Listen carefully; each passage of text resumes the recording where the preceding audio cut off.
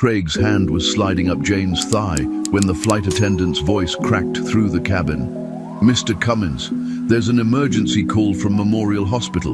Your wife has 2 minutes left." And in that frozen moment, he chose the hand on her thigh over the woman dying alone.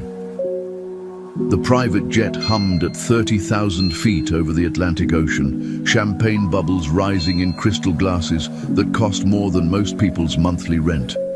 Craig had been laughing seconds before, Jane's perfume intoxicating, something expensive and French that she'd bought specifically for this trip. Monaco waited ahead with its promise of sun-drenched beaches, casinos where money flowed like water, and 5 days where consequences didn't exist. They'd been planning this for 3 months, sneaking around, lying to everyone, building this perfect escape. Then the flight attendant appeared, her face pale, a phone trembling in her manicured hand. The phone that wasn't supposed to ring at 30,000 feet. The phone that meant someone had paid serious money to route an emergency call through the plane's communication system. "Sir, the hospital has been trying to reach you for over an hour. They say it's critical, life or death." Craig's stomach dropped. The champagne in his glass suddenly looked like poison. He took the phone with hands that had started shaking, pressed it to his ear, heard static and chaos, and someone screaming in the background. A doctor's voice, frantic, barely coherent.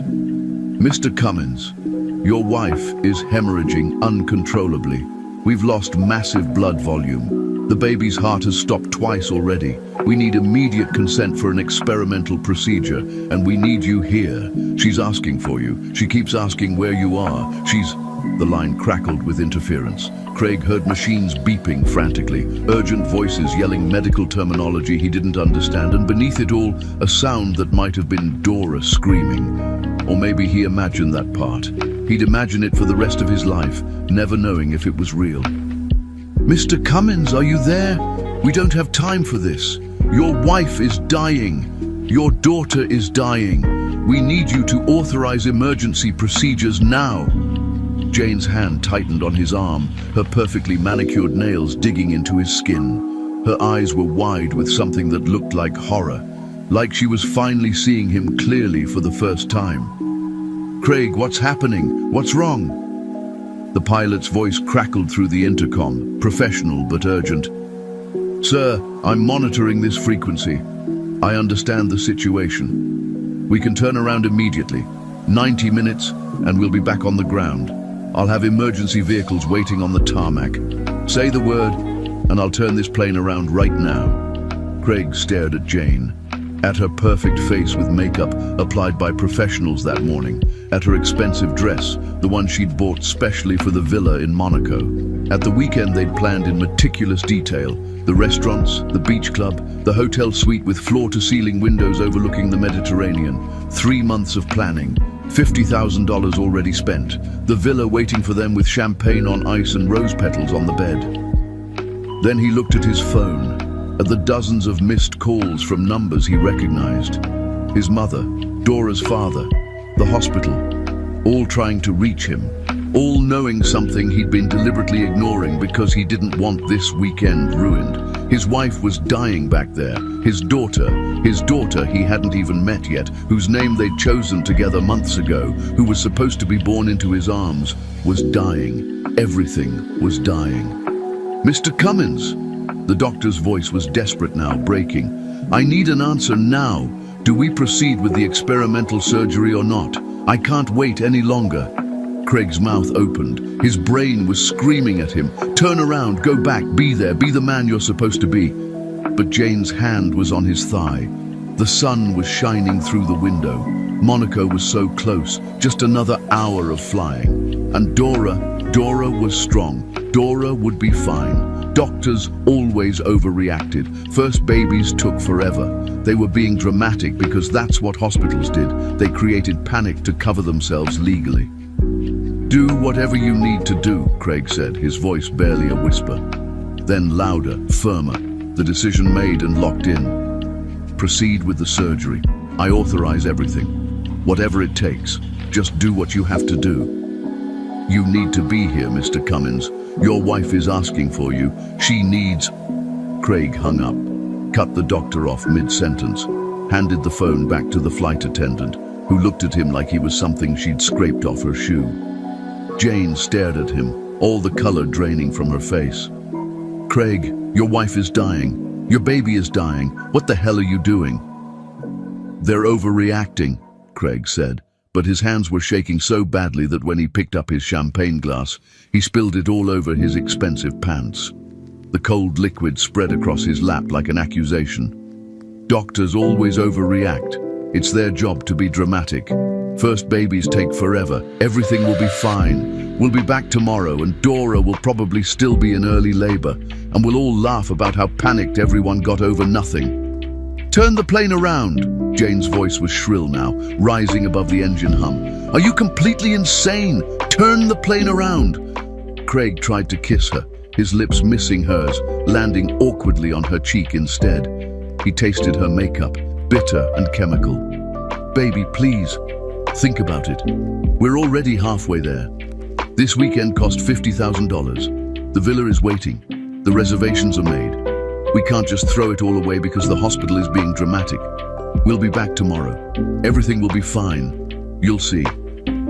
Jane shoved him away hard, her strength surprising him. She stood up, stumbled toward the bathroom in the back of the plane, and he heard her vomiting violently. When she came back 10 minutes later, her makeup was smeared, mascara running down her face, her eyes wild with something that looked like terror and disgust. "What kind of man are you?" she whispered. "What kind of monster chooses this?" Craig didn't answer. He couldn't answer. He turned off his phone completely, refused to look at it, refused to think about what was happening thousands of miles away.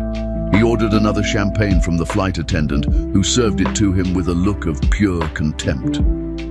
The plane landed in Monaco 90 minutes later. Sunshine, palm trees, perfect weather, a driver waiting with more champagne, and a sign with Craig's name on it. Everything exactly as planned. Paradise delivered as promised. Craig's phone had 47 missed calls by the time he finally turned it back on at the villa. He stood on the balcony overlooking the Mediterranean, watching sailboats drift across blue water, and listened to his voicemail fill with increasingly frantic messages. Helen, his mother, her voice breaking. "Your wife is in emergency surgery. Where are you? Call me back. Craig, call me back right now." Nora, Dora's sister. Dora almost died on the table. The baby almost died. They're both in critical condition. Get home now. I don't care where you are or what you're doing. Get home. William, Dora's father, his voice like gravel and fury. "You better pray they both survive, son. You better pray real hard." And then the text messages started loading. Dozens of them, hundreds. But the one that made Craig's blood run completely cold was from his mother, sent 3 hours ago.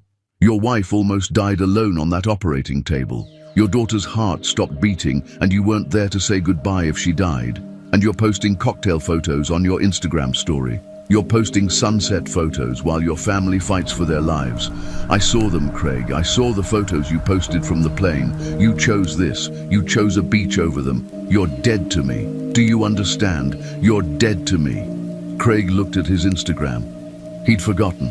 Jane had insisted on posting photos during the flight. Champagne glasses clinking, sunset through the plane window. Her caption, "Monaco bound with my love." His account was tagged. Everyone could see it. Everyone knew. His phone rang. Dora's father, William. Craig's hand shook so badly he almost dropped it. William's voice was cold and dead. "My daughter survived. No thanks to you. Your baby girl is in intensive care. The doctors give her a 30% chance. When you come home, and you better come home, Craig, bring a lawyer. You're going to need one, because I'm going to destroy you for this. Do you understand me? I'm going to take everything you have and give it to my daughter. Everything." The line went dead. Craig stood on that balcony in Monaco, the most beautiful place he'd ever seen, with champagne in his hand and perfect weather all around him, and for the first time in his life, understood with devastating clarity that he'd just destroyed everything that mattered in a single choice. That there was no coming back from this. That he'd chosen paradise and found hell instead. Inside the villa, he heard Jane crying, heard her on the phone, her voice desperate. "I need a flight home tonight. I don't care what it costs. I need to leave right now." Craig finished his champagne, watched the sun set over the Mediterranean, and knew that when that sun rose again tomorrow, his entire world would be ashes. Hook. Jane emerged from the bedroom at midnight with her packed suitcase, face streaked with tears and ruined makeup, looking at Craig like she'd never seen him before. "I thought I loved you," she whispered. "I thought we were just two people who found each other, but I was sleeping with a monster. I was sleeping with someone who could let his wife die for a vacation. Don't call me, don't follow me, don't ever contact me again." She walked out into the Monaco night, leaving Craig alone in a villa that cost $50,000, surrounded by champagne and sunshine, and the knowledge that he'd just murdered his family for it. Chapter 2. The Burial. Dora didn't cry when Craig walked into that hospital room. She simply looked at him with eyes so empty and cold that he finally understood he wasn't walking into a reunion. He was attending the funeral of everything they'd been. Craig stood in the doorway of the hospital room, clutching wilted flowers he'd bought from the gift shop downstairs because the airport had been closed by the time his red-eye flight landed. He'd been rehearsing his speech for 6 hours, on the plane, in the taxi, in the elevator coming up. The apologies, the explanations, the promises about how he'd make this right. He had it all planned out. The exact words he'd say, the way he'd drop to his knees, the tears he'd cry. He'd practiced it all. But the woman in that hospital bed wasn't his wife anymore. She was a stranger who'd learned to survive without him, who'd looked death in the face and walked away, changed, who'd become something harder and colder and infinitely stronger than anything Craig had ever known. Dora's body was a map of trauma that told a story Craig hadn't been there to witness. IV lines snaked from both arms like mechanical vines. Bandages wrapped her entire abdomen where they'd cut her open from hip to hip, trying to stop the bleeding. Her face was grey, not pale but actually grey, the colour of someone who'd lost most of their blood. Her eyes were sunken, ringed with bruises that made her look decades older. Her lips were cracked and bleeding. And in her arms, covered in even more tubes and wires than Dora herself, was Ruby, his daughter, the baby he'd never met. A tiny, fragile thing that looked more like a science experiment than a human being. Tubes in her nose, her mouth, her tiny arms, wires attached to her chest, machines beeping and hissing around her, keeping her alive because her body hadn't figured out how to do it on its own yet. "Dora, baby, I'm so sorry." "Don't."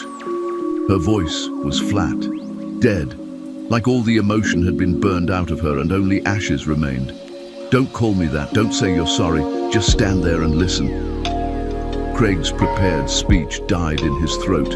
He stepped forward, reaching for her. Dora flinched away like he was poison, pressing herself back against the hospital bed, her arms tightening protectively around Ruby. "Your mother hasn't called you yet?" Craig's mind scrambled. "She's upset. I know she is, but she'll calm down. She always does. Moms forgive their kids, right? She'll forgive me. Once she understands, she's downstairs right now with my lawyers, signing an affidavit against you." The room tilted. Craig grabbed the doorframe to keep from falling. "What? What are you talking about?" Dora's eyes never left his face. She watched him like a scientist watching an interesting specimen under a microscope. "Helen held my hand while I almost bled to death on that operating table. She stood there for 7 hours while they cut me open and tried to stop the hemorrhaging. She watched them shock me back to life when my heart stopped. She held Ruby when this baby's heart stopped beating, when the monitors went flat and the doctors had to use those tiny paddles on her chest. She made a choice in those moments, Craig. You or me. And she chose me." The door opened behind Craig. He turned to see his mother Helen enter, followed by Dora's younger sister Nora. Helen wouldn't look at Craig, wouldn't even acknowledge he was standing there. She walked straight past him like he was invisible, went directly to Dora, leaned down and kissed her forehead with infinite gentleness. "How are you feeling, sweetheart?" Helen's voice was soft, loving, tender. The voice Craig remembered from his childhood, but it wasn't for him anymore. "Tired," Dora whispered. Everything hurts. I know, baby, I know. Helen touched Ruby's tiny hand with one finger, her face transforming with love. And how's our little fighter doing? The doctor said her vitals are improving, slowly, but improving. That's my granddaughter, strong like her mama. Craig tried to speak. Mum. Helen finally looked at him, and the expression on her face, the cold, absolute hatred, made Craig take a step backward. I don't have a son. 4 words. That's all it took to end 38 years of being someone's child. Craig's voice cracked. Mom, please, I can explain. I panicked. I didn't think. No, you didn't think. You didn't think about your wife bleeding to death. You didn't think about your daughter's heart stopping. You only thought about yourself and your mistress and your vacation. So I've done some thinking too. I've thought about what kind of man I raised, and I've decided I didn't raise you at all, because the son I raised would have turned that plane around. Nora stepped forward, holding a thick folder. She handed it to Dora, who opened it slowly, wincing at the movement. She glanced through the papers inside, then slid them across the bed toward Craig. Read page 7, Dora said, her voice still that terrible flatness. The highlighted section. Craig's hands shook as he picked up the document. The words swam in front of his eyes.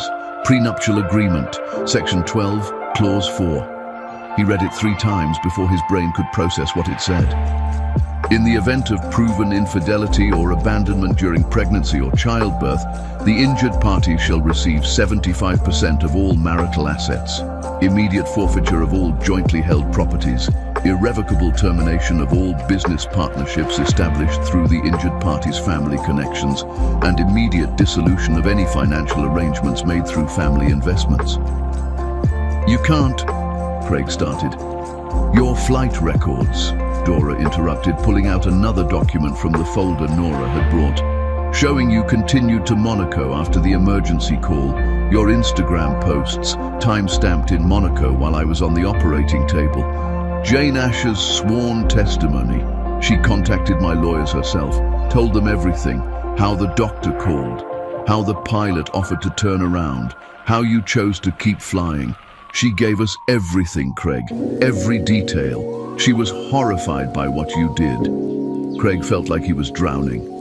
My lawyer said that clause was just boilerplate, that it would never hold up.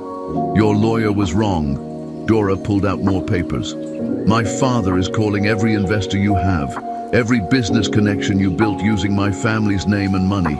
He's pulling them all. The company you think is yours? It was built on my father's loans and Helen's seed money. They're calling it all in. By end of business today, you won't have a company anymore. But the company is everything I've worked for. Helen is transferring her entire estate to me, while she's still alive. The properties, the investments, everything. She's already signed the paperwork. You're going to walk out of this marriage with your 25% of whatever's left, and that's it. Everything else is mine. Craig looked at his mother, at this woman who'd given birth to him, raised him, believed in him. Mom, you can't do this. I made a mistake. One mistake. People make mistakes. Helen spoke, and her voice could have frozen the sun. I gave birth to you in a room exactly like this one. I held you and counted your fingers and toes and promised God I'd raise you to be a good man. I fed you when you were sick. I sat up with you through nightmares. I put you through the best schools. I gave you seed money for your business. I introduced you to Dora because I thought you deserved someone that wonderful. I taught you the difference between right and wrong, and you threw it all away. You threw away your wife, your daughter, your integrity, your soul, all of it for a whore on a beach. A mistake is forgetting an anniversary. What you did was choosing evil. So yes, I'm doing this. I'm giving Dora every penny I have, and you'll inherit nothing. Not one photograph, not one memory, not $1, nothing. Craig tried to move toward the bed, to touch Ruby, to prove she was real. Nora stepped between them immediately, phone already out. Hospital security is on speed dial, Nora said calmly. One step closer, and you're arrested for violating hospital safety protocols. The restraining order paperwork gets filed tomorrow morning. You want to never see your daughter again? Take one more step. I have rights, Craig's voice rose, echoing off the sterile walls. Other patients' families in the hallway stopped to stare. "She's my daughter. I'm her father. You can't keep me from my own child." Dora finally showed emotion. She smiled. But it wasn't a smile. It was something cold and satisfied and terrible. It was the smile of someone who'd survived the unsurvivable and come out the other side made of steel. "You had rights. You lost them when you chose paradise. There's a family court judge who's a very close friend of my father. She has 3 daughters of her own. When she reads the testimony about how you abandoned your wife in childbirth to continue your vacation with your mistress, when she sees the Instagram posts you made while your daughter's heart was stopping, she's going to destroy you in court. You'll get supervised visits if you're lucky. 1 hour a month in a room with cameras and social workers watching your every move. Maybe. If the judge feels generous." 2 security guards appeared in the doorway. Large men with impassive faces and hands that rested on their belts near their radios. "Mr. Cummins," one of them said, his voice professional but firm. "You need to leave the hospital immediately. You're upsetting the patients." Craig looked at his mother one last time, desperate for any crack in her armor. "Mum, please, I'm begging you. Don't do this. I'll change. I'll be better. Just give me a chance." Helen turned her back on him, walked to the window, stared out at the parking lot below, refused to acknowledge he existed. As the guards took his arms and escorted him down the hallway, past nurses who whispered and pointed, past other patients who pulled their families closer, Craig heard Dora's voice one last time, carrying down the corridor. "I'm not just taking your money, Craig. I'm taking your entire world, and I'm going to make you watch me rise without you. I'm going to become everything you never imagined I could be, and you'll know every single day for the rest of your life that I did it all after you tried to kill me." Hook. In the parking lot, Craig sat in his rental car for 3 hours, unable to start the engine, unable to process what had just happened. His phone buzzed with a text from an unknown number that made his hands go numb. "This is Attorney Bernard Chen, representing Dora Bryan. The divorce petition will be filed at 9 a.m. tomorrow. Don't bother going home. The locks have been changed, and your belongings will be delivered to whatever address your attorney provides. You have 48 hours to retain counsel. See you in court, where I'm going to enjoy destroying you." Chapter 3. The Execution. In 6 weeks, Dora dismantled Craig's life with surgical precision, not out of rage, but with the cold efficiency of someone burying a corpse that's already dead. The courtroom was sterile and bright, fluorescent lights humming overhead like mechanical insects. Craig sat at the defendant's table in a wrinkled suit he'd slept in for 3 days, his lawyer nervously shuffling papers that neither of them believed would make any difference. The evidence was too overwhelming. The prenup was too clear. The testimony was too damning. Across the aisle, Dora sat perfectly composed in a black dress that probably cost more than Craig's rent. Her posture was straight, despite the healing wounds beneath her clothes, despite the exhaustion carved into her face like canyons. Her uncle Bernard, one of the city's most ruthless and expensive divorce attorneys, sat beside her with a briefcase full of Craig's destruction, organized in neat, color-coded folders. Judge Morrison, a woman in her 60s with steel gray hair, pulled back in a severe bun, and absolutely no patience for nonsense, reviewed the prenuptial agreement for what felt like the 100th time. She kept reading certain sections, her expression growing darker with each pass. "Mr. Cummins," Judge Morrison said, looking at Craig over her reading glasses, "did you personally review this document before signing it? Or did your attorney at the time advise you of its contents?" "Yes, Your Honor, I reviewed it. My attorney went over it with me, but I didn't think..." "You didn't think your wife would enforce it?" The judge's eyebrow raised in an expression that managed to convey both disbelief and disgust. "Or you didn't think you'd commit the exact actions specified in the penalty clause?" Craig's lawyer jumped in quickly, trying to salvage something from the wreckage. "Your Honor, my client absolutely acknowledges that he made an error in judgment, a terrible error. But the 75% asset division specified in the agreement is excessive and punitive. We're requesting the court consider a more equitable distribution. Excessive. Dora's voice cut through the courtroom like a blade. She stood slowly, each movement clearly causing her pain. May I address the court, Your Honor? Judge Morrison nodded. Go ahead, Ms. Bryan. Dora walked to the center of the courtroom. No limp, no visible weakness. Just pure iron will holding her body together through sheer force. She pulled out a medical file folder that was several inches thick. These are my medical records from Memorial Hospital, Dora said, her voice steady and clear. I lost 60% of my total blood volume. That's nearly enough to kill someone twice. My heart stopped twice during emergency surgery. I had a stroke on the operating table due to blood loss. The doctors gave me less than a 20% chance of survival. My daughter had 3 separate cardiac arrests in her first week of life. She was given a 30% chance of surviving to her first birthday. The courtroom was completely silent. Even the court reporter had stopped typing to listen. While this was happening, Dora continued, turning to look directly at Craig. My husband, the man who promised to love me in sickness and health, was posting photos of sunset cocktails with his mistress on social media. The hospital called him during his flight with an emergency. The doctor begged him to come back. The pilot offered to turn the plane around, and he refused. He chose to continue to his vacation while I died alone. Dora's voice finally cracked slightly. She cleared her throat, regained control. Excessive? I think keeping 75% of the money his mother gave him, that my father's business connections helped him build, is more than fair. I think not demanding he be charged with criminal neglect is generous.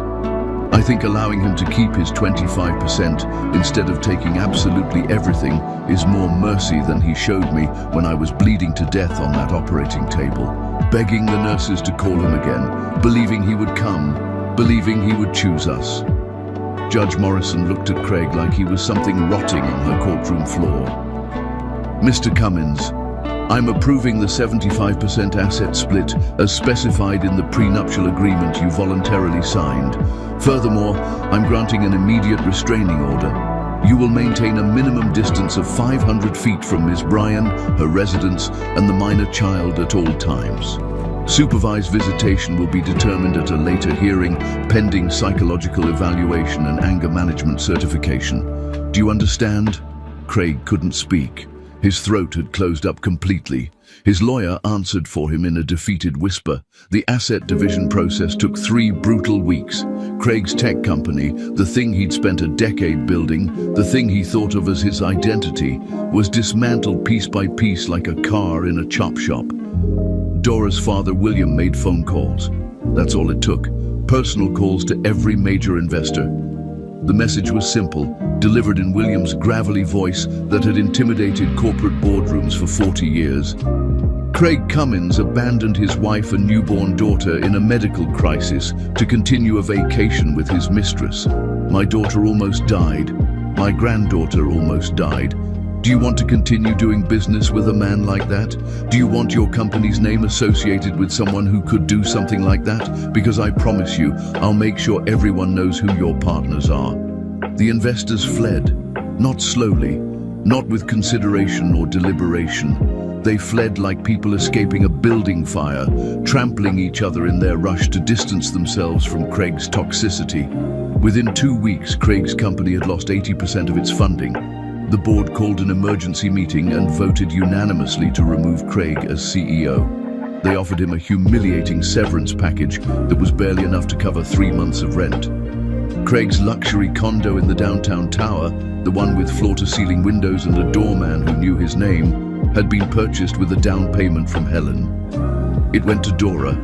The vacation home in Aspen that Craig had been so proud of, also Helen's money, went to Dora. The investment portfolio they'd built over their marriage split according to the prenup, 75 to 25. Craig watched his net worth evaporate from $8 million to just under $1 million in a matter of weeks. And from that million, legal fees ate another $300,000. His divorce attorney, the one who'd promised to fight, to find loopholes, to protect Craig's interests, threw in the towel after the second court appearance. "There's nothing to fight for," the attorney said bluntly. "You signed the prenup. The evidence is overwhelming. Your own mother is testifying against you. Cut your losses and take the settlement." Craig moved into a studio apartment in a neighborhood he'd never visited when he was rich. The kind of place with thin walls and questionable stains on the carpet and neighbors who played loud music at 3 a.m. The kind of place where people didn't ask questions because everyone had something to hide. His first night there, Craig lay on a mattress on the floor. His actual bed had been sold to pay the movers, and stared at water stains on the ceiling. He could hear his neighbors fighting through the walls, a baby crying somewhere down the hall, sirens passing outside. This was his life now. Meanwhile, Dora's life became something else entirely, a brutal rhythm of survival that would have broken most people, but somehow forged her into something stronger. She'd been released from the hospital after 2 weeks, still weak, still healing, her abdomen covered in staples that pulled every time she moved. Ruby remained in the NICU, hooked to machines, fighting infections, struggling with every breath. The doctors were cautiously optimistic, but made no promises. Dora moved into Helen's guest house because she couldn't bear to be in the home she'd shared with Craig. Couldn't walk through rooms full of memories of someone who'd tried to let her die. Helen's guest house became a sanctuary, quiet, safe, full of a mother-in-law who'd chosen her over her own son. Every morning at 6 a.m. before the sun rose, Helen drove Dora to the hospital. Dora would sit beside Ruby's incubator for hours, her hand pressed against the warm glass, talking to her daughter in a voice hoarse from crying. She read picture books to a baby who couldn't hear her yet. She sang lullabies she'd learned from her own mother. She told Ruby about the life they were going to have together, about all the things they'd do, about how Mama was going to make sure she had everything she needed. The NICU nurses learned to recognize Dora, started leaving a comfortable chair by Ruby's incubator, would bring her coffee without asking.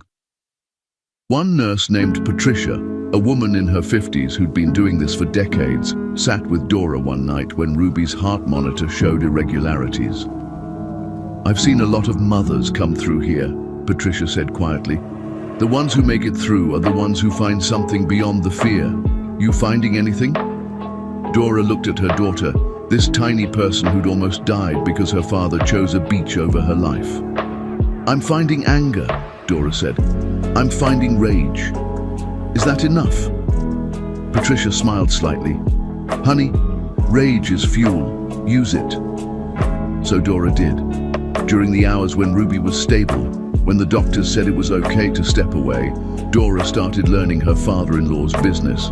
Helen's commercial real estate empire that she'd built over 40 years, properties all over the city, millions in revenue, dozens of employees.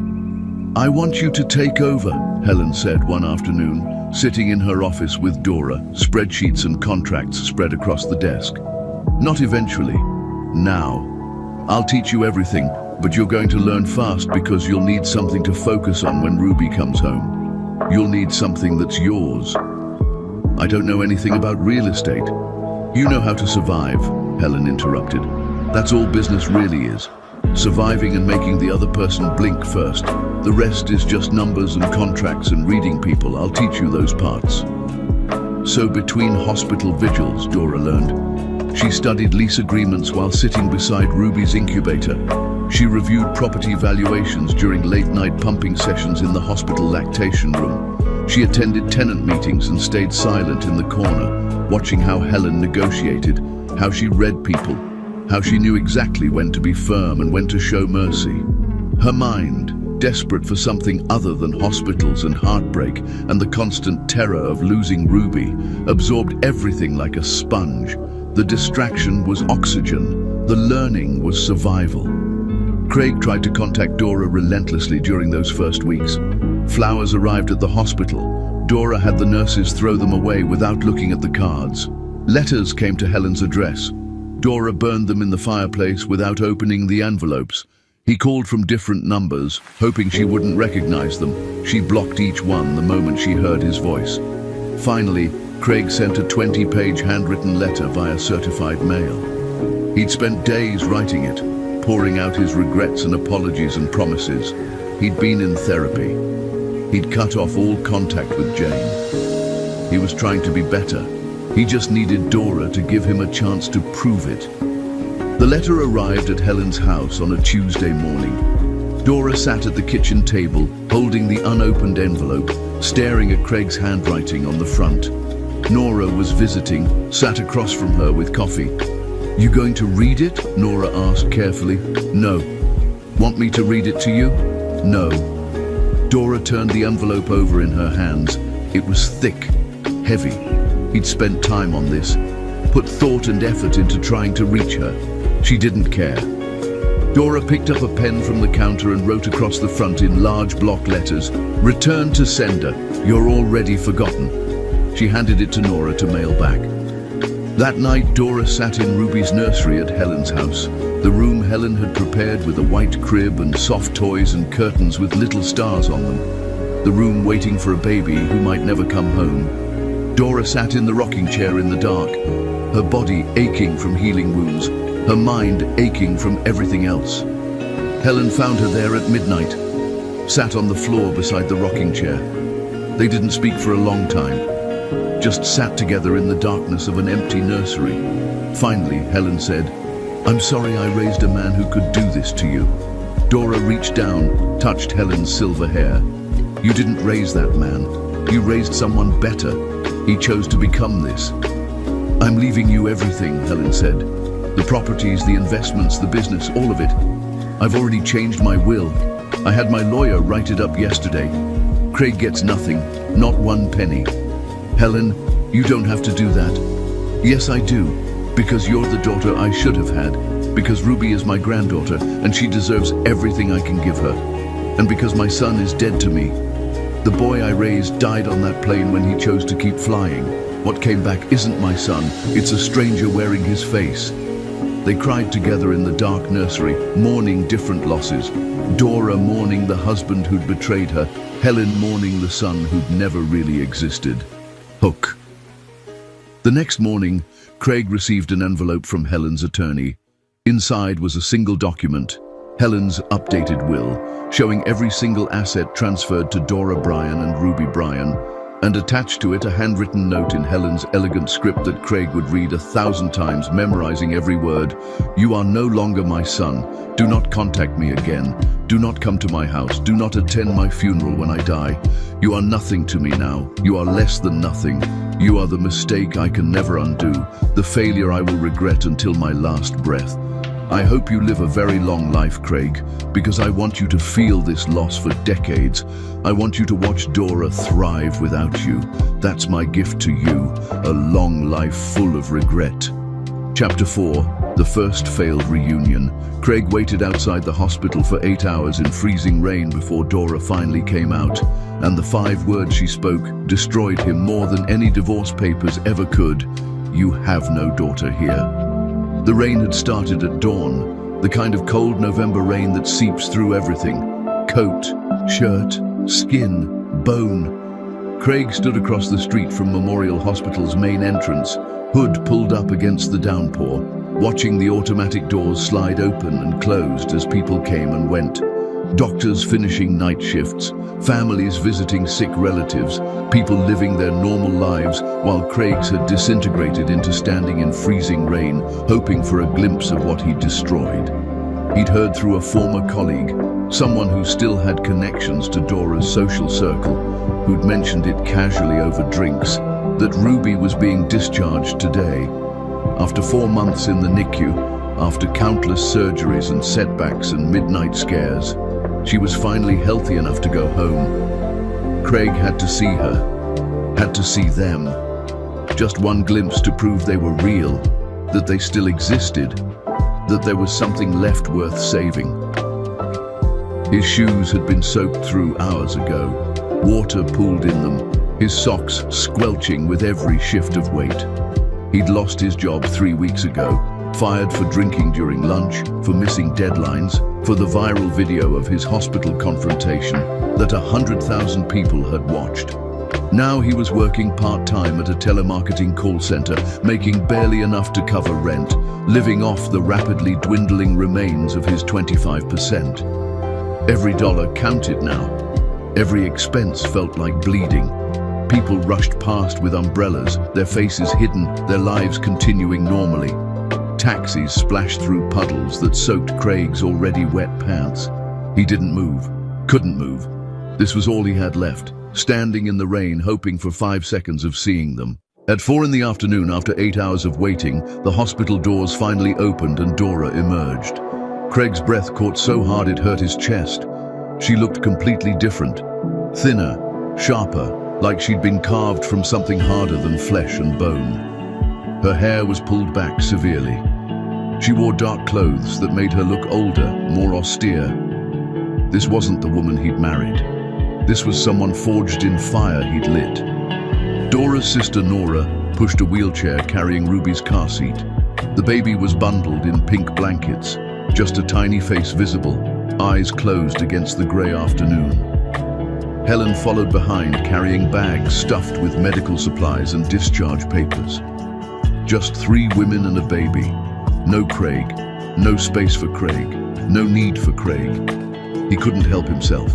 He ran across the street, dodging honking cars, rain pouring down his face, mixing with tears he didn't remember starting to cry. Dora! Dora, please!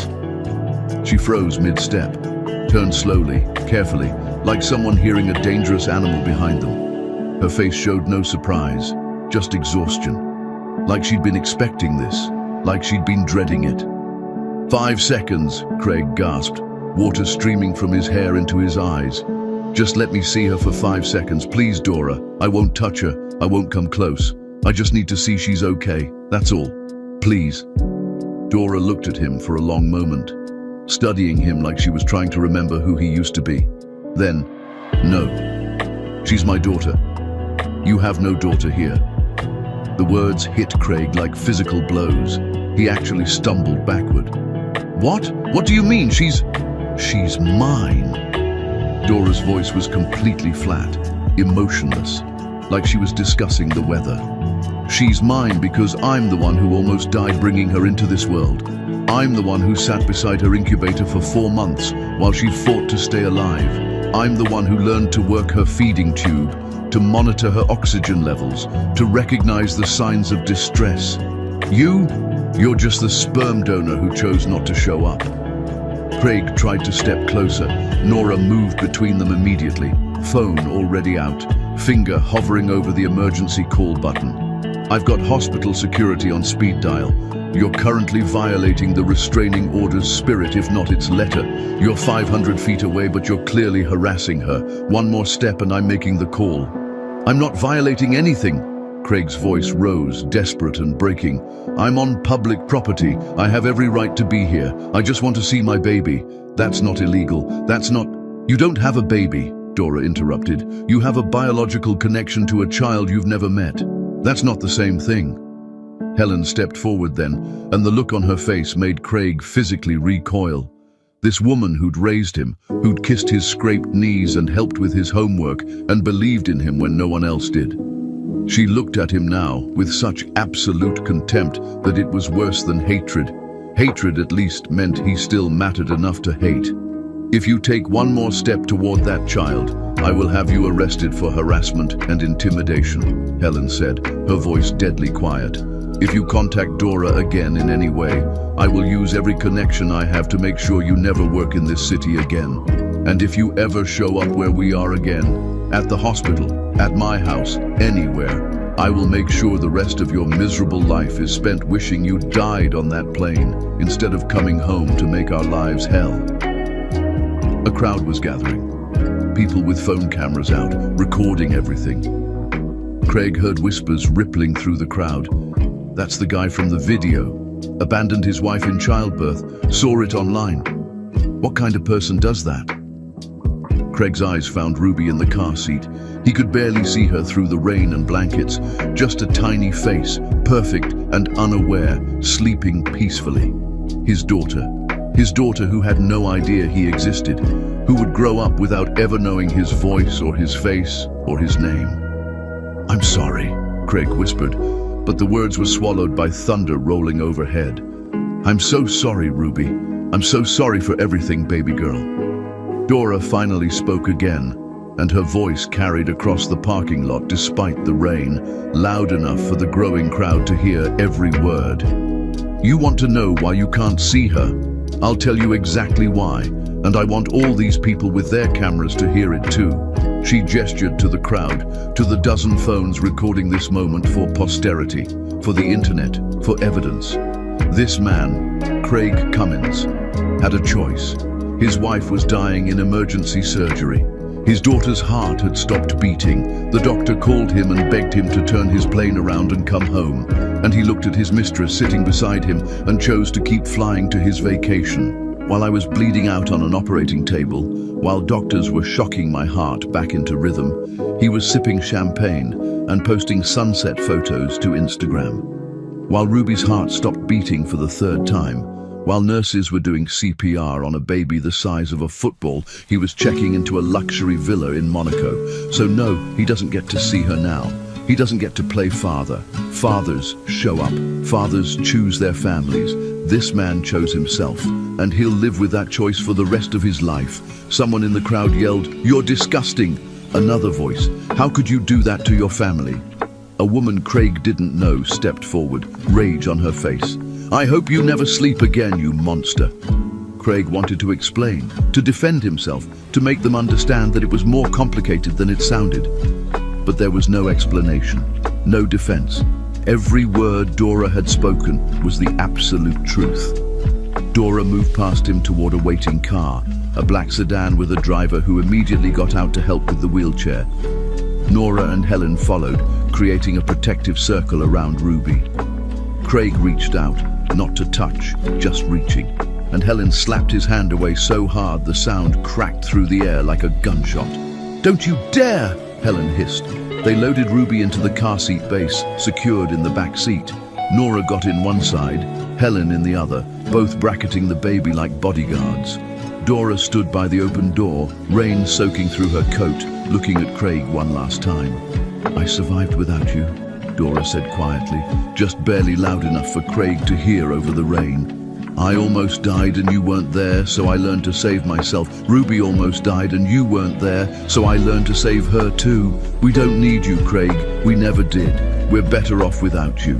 And that's what you're going to live with, knowing we're out there somewhere, happy and whole, building a life that doesn't include you. You'll never be part of it. You never will be." She got in the car and closed the door with a solid final thunk.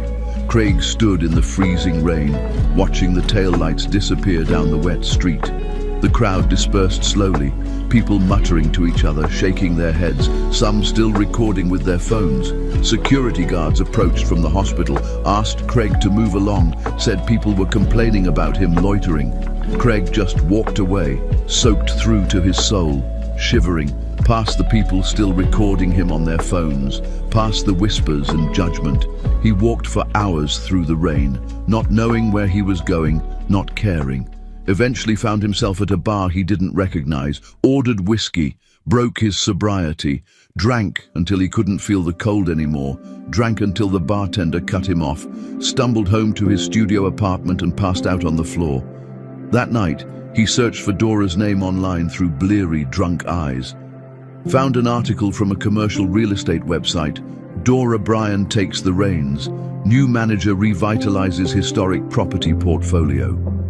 The photo showed her in a conference room, looking professional and confident and completely in control. The article mentioned her recent survival of a life-threatening medical emergency and praised her resilience and business acumen. She wasn't just surviving, she was conquering. She was building an empire while he drowned in cheap whiskey and regret. Hook. At 2 a.m, Craig woke up to his phone buzzing with a text from an unknown number that made his drunken brain struggle to focus. "This is Dora's attorney. Tomorrow morning at 9 a.m, I'm filing a motion to terminate all your parental rights due to abandonment, harassment, and the child's best interests. You'll receive official notice by end of day. If you have any sense left, you'll accept this gracefully. Stop trying to contact them. You've already lost everything. Now make it official and let them move on." Craig read it 5 times before he passed out again, the phone falling from his numb fingers, the words echoing through his alcohol-soaked brain. "You've already lost everything." Chapter 5. The Queen's Rise. While Craig was learning to live on $40,000 a year, Dora was learning to command rooms of men who used to ignore her, and every night she came home to her daughter alone, exhausted, victorious, and realized she didn't need anyone but Ruby. Dora's alarm went off at 5 a.m. It always went off at 5 a.m. now. It had gone off at 5 a.m. every morning for the past year, ever since Ruby came home from the hospital, ever since Dora realized that if she was going to survive this, truly survive it, not just exist through it, she needed to become something more than she'd ever been. She dragged herself from bed in Helen's guest house, every muscle aching. Her body still hurt where they'd cut her open. The scar would hurt for the rest of her life, the doctor had said. Some kinds of damage never fully heal. But Dora had learned to move through pain, had learned that pain was just another sensation to acknowledge and ignore. Ruby's baby monitor crackled softly, the video feed always on, always watching. Dora checked her phone, pulled up the camera app connected to Ruby's nursery. The baby was sleeping peacefully, chest rising and falling with steady breaths, her heart beating strong and regular. Alive, healthy, thriving, alive. That word still felt like a miracle even now. By 5:30, Dora was showered and dressed in one of the expensive business suits Helen had taken her to buy. Dark colors, severe cuts, power clothes, armor for the battlefield that was commercial real estate. She made coffee, drank it black and scalding hot, and reviewed the contracts she'd stayed up until midnight studying. 3 property disputes to resolve, 4 lease negotiations, 2 potential new acquisitions, and 1 contractor trying to defraud them out of $200,000, thinking she wouldn't notice because she was new at this, because she was a woman, because he could get away with it. He was about to learn otherwise. At 6 a.m., Helen emerged from the main house, already dressed and ready. They'd established a rhythm over the year, a dance of survival choreographed by necessity and love. Helen would watch Ruby while Dora worked. They'd share the load. 2 women against the world. "Big day today," Dora said, finishing her coffee in 3 gulps. "The Riverside property dispute, the 4th Street lease renewal, and I'm firing Mitchell Construction." "Mitchell's been with us for 15 years, Helen warned, but there was approval in her voice. "He's not going to take it well. He's been overcharging us for shoddy work and hoping I wouldn't notice because I'm new. I noticed. He's gone." Dora's voice had changed over the year, gotten colder, harder, more certain. She barely recognized it sometimes. Couldn't remember what she used to sound like when she was softer, when she still believed the world would be fair if you were just nice enough. Helen studied her with something like pride. "You're good at this. I have to be." Dora grabbed her briefcase, checked her reflection in the hallway mirror. She looked like someone who could command a boardroom, someone who could make grown men nervous. "Because coming home defeated isn't an option when Ruby's counting on me." The morning meetings were brutal in the way Dora had come to appreciate. The Riverside property had tenants who were 3 months behind on rent and refusing to leave. They'd brought a lawyer to try intimidation tactics, a man in his 60s with an expensive suit and a condescending smile who kept calling Dora "little lady" and suggesting maybe she should have someone with more experience handle this. Dora let him finish his entire presentation, let him lay out his arguments, let him think he'd won. Then she slid a folder across the conference table. "Mr. Peterson," she said, her voice calm and cold, "your clients have been cited for 22 separate lease violations over the past year and a half. Illegal subletting documented by our property manager with photographs and testimony from neighbors. Unauthorized structural modifications that violate city code. I have the inspector's reports here. Habitually late rent payments going back 18 months. We've sent warnings. We've offered payment plans. Your clients have ignored everything." Peterson's smile faltered. "Now, Ms. Bryan, let's not be hasty." "I'm not being hasty. I'm being accurate. Your clients have 30 days to vacate voluntarily, or we proceed with legal eviction. You can fight this in court if you'd like. You'll lose. You'll waste your client's money on legal fees that could go toward finding a new place to live. And the end result will be identical. They'll be evicted, but with the added bonus of an eviction on their rental history, making it nearly impossible to find decent housing elsewhere. Peterson blustered, raised his voice, tried intimidation. Dora waited him out with the patience of someone who'd survived worse than loud men in conference rooms. "What are you offering for voluntary departure?" Peterson finally asked, defeated. 2 months of moving expenses and a neutral rental reference. That's generous considering they owe us 9 months of back rent. They took the deal, signed the papers, left the conference room deflated and resentful. Dora moved immediately to the next meeting. The 4th Street lease negotiation was with a corporate tenant trying to lowball the renewal price. The representative was a man in his 50s named Harrison, who kept calling Dora sweetheart and honey and asking if Helen or William was available to handle the real negotiations. Dora let him talk. Let him lay out his insulting offer. Let him think his condescension was working. Then she opened her own folder. "Mr. Harrison," she said, sliding documents across the table, "your company has been significantly understating its actual occupied square footage for the past 4 years. We had an independent architectural survey done last month. You're actually using 3,000 square feet more than you're paying for. At current market rates, you owe us approximately $190,000 in back rent." Harrison's face went from condescending to panicked in seconds. I wasn't aware. Whether you were aware or not doesn't change the mathematics. So here's what's going to happen. You'll sign the new lease at current market rate based on your actual square footage, plus a 15% good faith adjustment for the years of underpayment. Or I'll file a lawsuit by close of business today, and I'll make sure every commercial tenant in this city knows your company manipulates measurements to avoid paying fair rent. Your choice. You have 5 minutes to decide. Harrison signed.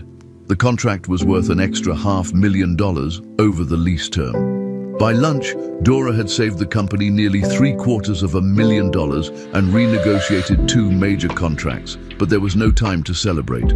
She grabbed a sandwich from a deli, ate it in her car while driving to Ruby's physical therapy appointment. The baby was doing amazingly well. The doctors were constantly impressed, but every milestone still required work. Therapy 3 times a week, cardiology appointments every month, constant vigilance.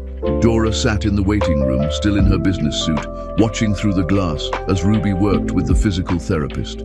The baby was 15 months old now, trying so hard to walk, falling, getting back up, trying again, so determined, so strong, so alive. "She gets that determination from somewhere," the therapist said, smiling at Dora. "Wonder where?" Dora didn't smile back. She couldn't afford to be soft. Not now, maybe not ever again.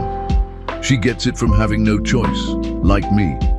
The afternoon was more meetings, a potential property acquisition that required reviewing complex financial projections, a dispute with a city inspector that Dora resolved by producing documentation that proved the inspector had gotten his facts wrong.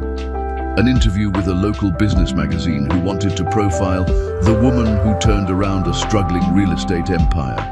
Dora gave them the same answers she'd practiced. Yes, she'd survived a medical crisis. No, she didn't want to discuss details. Yes, she was raising her daughter alone. Yes, it was hard but worth it. No, she didn't have time for a personal life. Business and motherhood were all consuming. The interviewer, a young woman barely out of college, asked, "Do you ever regret not having a partner to help share the load?" Dora's answer was immediate. "No. I learned that relying on someone else is dangerous. I'm enough on my own. My daughter and I are enough together. We don't need anyone else." Evening meetings ran until 7 p.m. Property management issues, budget reviews, staff evaluations. By the time Dora got back to Helen's house, Ruby was already asleep. Dora stood in the nursery doorway, watching her daughter breathe, this tiny person who'd almost died, who'd fought so hard to be here. Helen appeared beside her with a plate of food. "You didn't eat dinner again?" I'll eat in a bit. You said that last night and the night before. You're losing weight you can't afford to lose. I'm fine. Dora, I'm fine. Dora's voice cracked like breaking ice. She pressed her hand to her mouth, trying desperately to hold everything together. I have to be fine, because if I'm not fine, if I fall apart, if I show weakness for even 1 second, then what? Who takes care of Ruby? Who keeps the business running? Who makes sure we're secure? I don't get to be tired. I don't get to be scared. I don't get to need anyone. It's just us, just me and her, and I have to be enough. Helen pulled Dora into her arms, let her cry silently against her shoulder, careful not to wake Ruby. You are enough, Helen whispered fiercely. You're more than enough. You're extraordinary. But you're also human, and you need to let yourself feel that sometimes. I can't, Dora whispered back. If I let myself feel it, I'll break, and I can't break. Not when she needs me.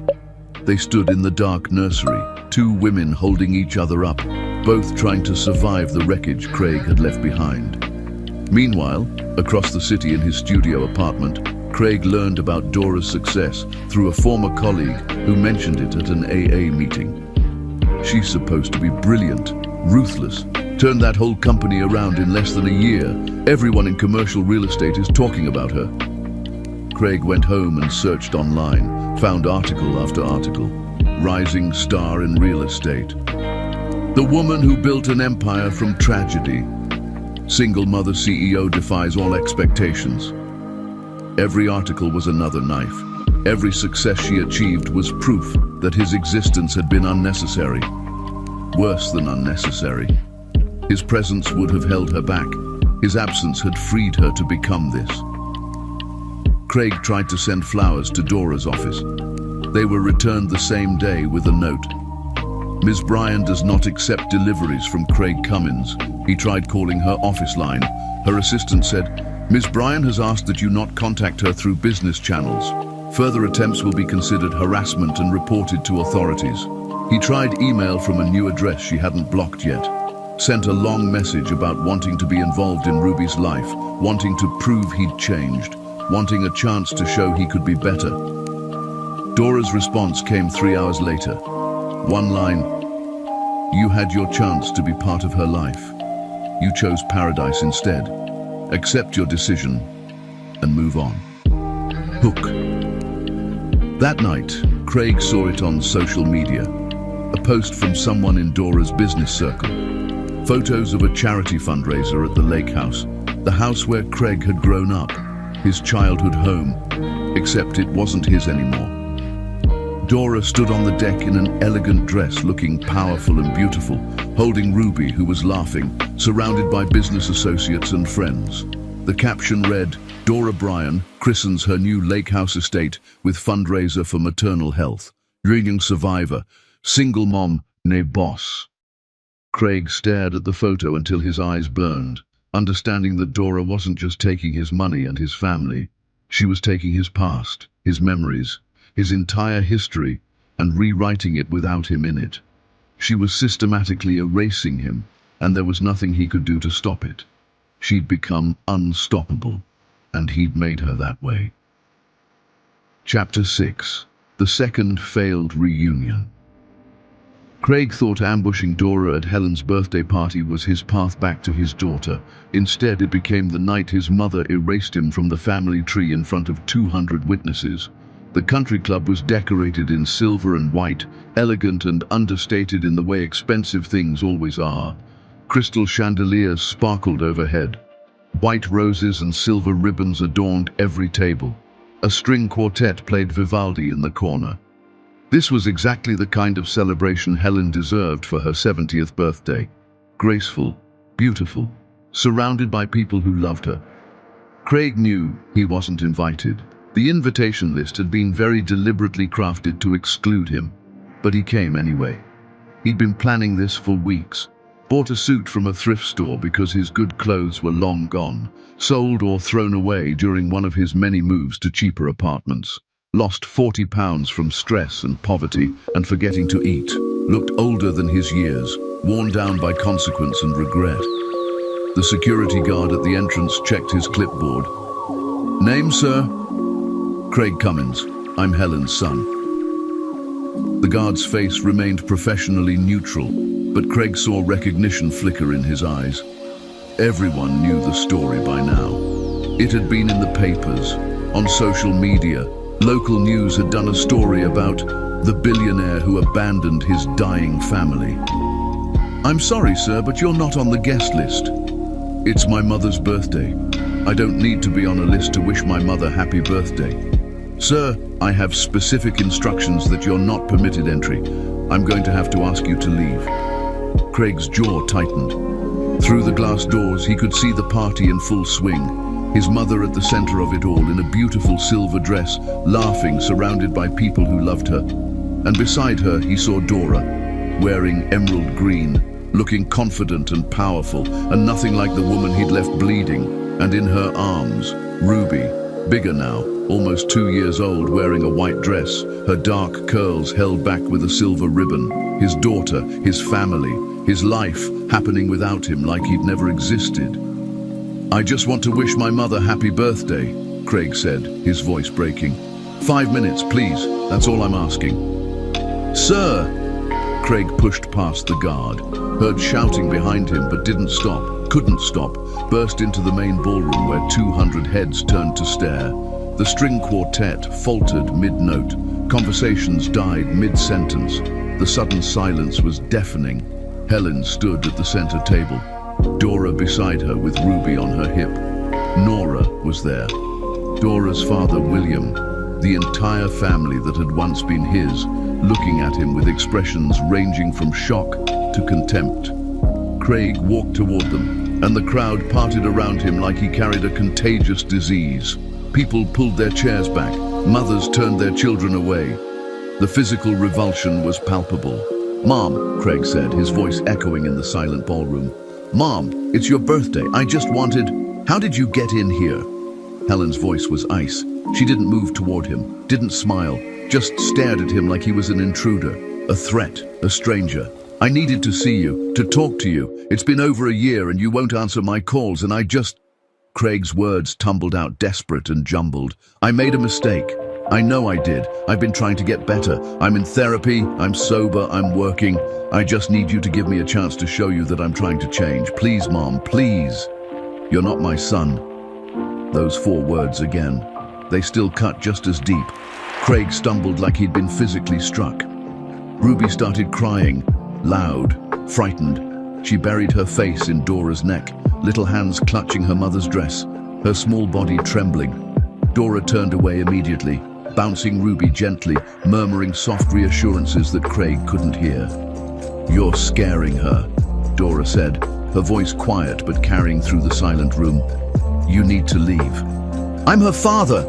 Craig's voice rose, echoing off the vaulted ceiling. 200 people watched him unravel on Helen's birthday. Phones appeared, recording everything. I have rights. You can't keep her from me forever. This is insane. You can't just erase me like I never existed.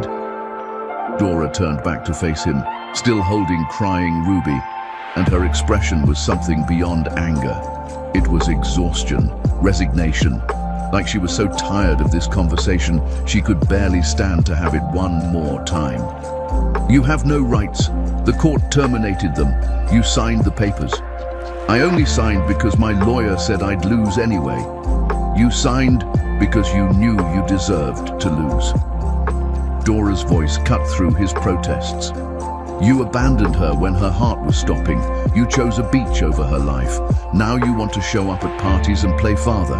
You terrified her. Look at her. She has no idea who you are. The only parent she knows is standing right here.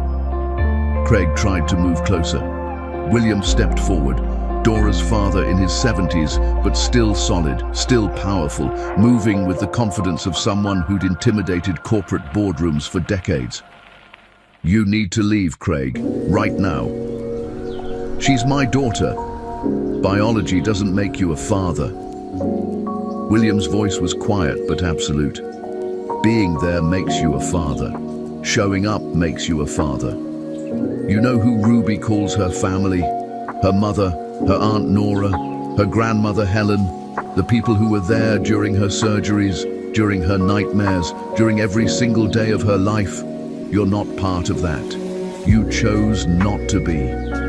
Craig's eyes found Ruby again. She'd stopped crying, but was still hiding against Dora, peeking at Craig with wide, confused eyes.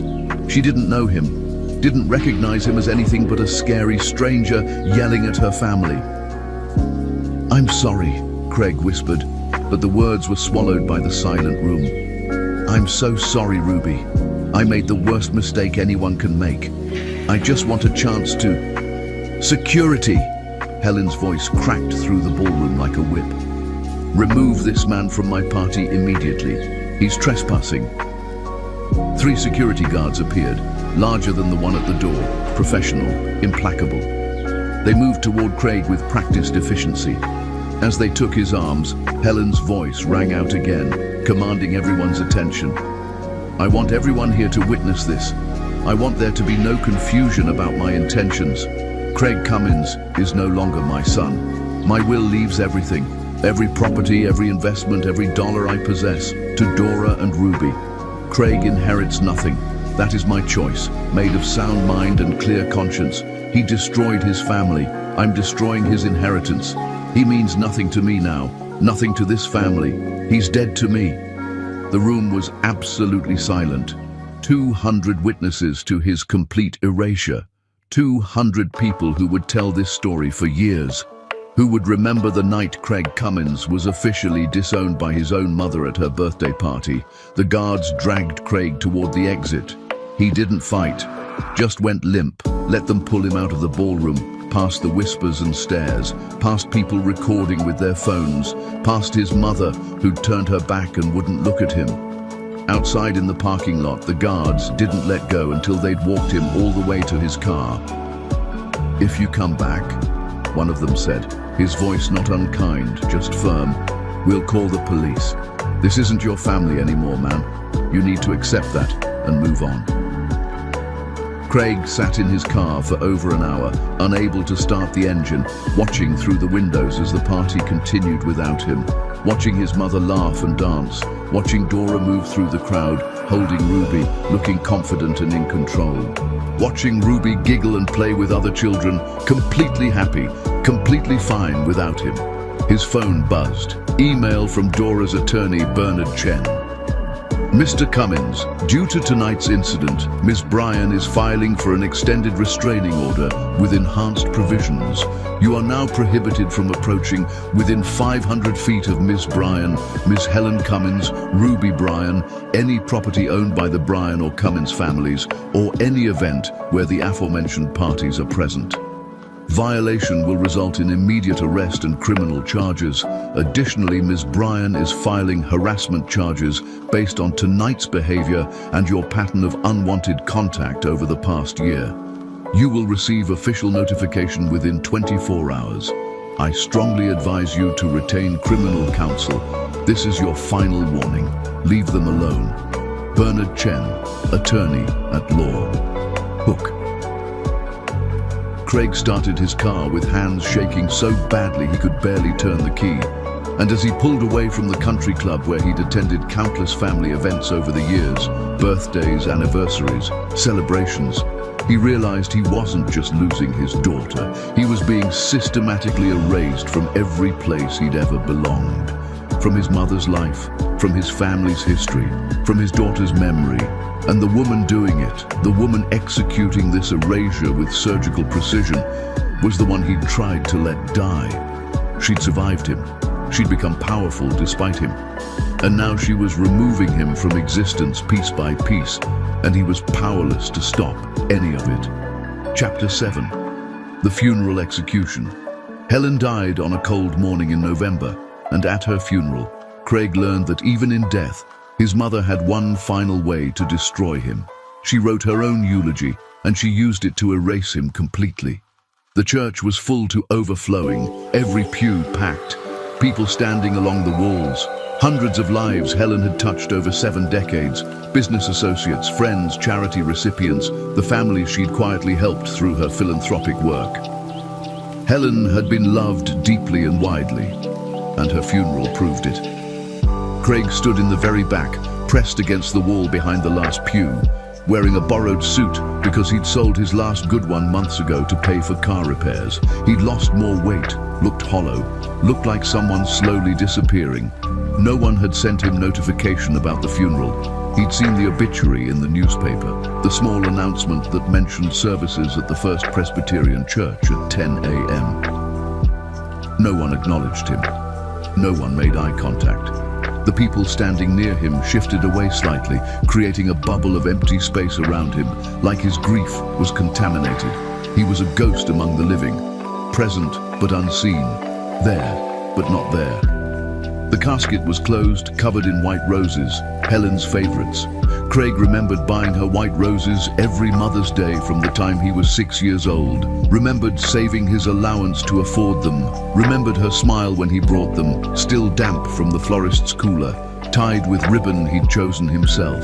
That woman felt like someone from another lifetime, like a mother who'd belonged to a different son, a son who'd deserved her love. Dora sat in the front row, Ruby beside her in a small black dress. The little girl was almost 3 now, solemn and quiet, not really understanding death but understanding sadness. She held Dora's hand tight, sometimes leaning against her mother's shoulder, staying close. On Dora's other side sat Nora and William, an extended family Craig barely recognized, the family he'd been born into but no longer belonged to. The pastor began with traditional words about loss and love and eternal rest. Then he picked up a letter from the podium and Craig felt his stomach drop. Helen wrote her own eulogy, the pastor said, his voice gentle but clear. She asked that I read it exactly as written, with no edits or softening. These are her final words, her final testimony. The pastor cleared his throat and began. I've had a good life, a long life. I built a business from nothing. I raised a child. I buried a husband I loved. I made mistakes and tried to learn from them. I helped people when I could. I hope I left this world a little better than I found it. I thought the greatest joy of my life would be my son. For years that was true. I loved being his mother. I was proud of him. I believed I'd raised a good man who would do good things in this world. I was wrong. When my daughter-in-law Dora was dying in childbirth, when my granddaughter's heart was failing, when they needed him most, my son chose a vacation. He chose himself. He chose pleasure over duty, comfort over sacrifice, selfishness over love. I don't know the man who made that choice. I don't recognize him as my son. The boy I raised died on that plane when he decided to keep flying.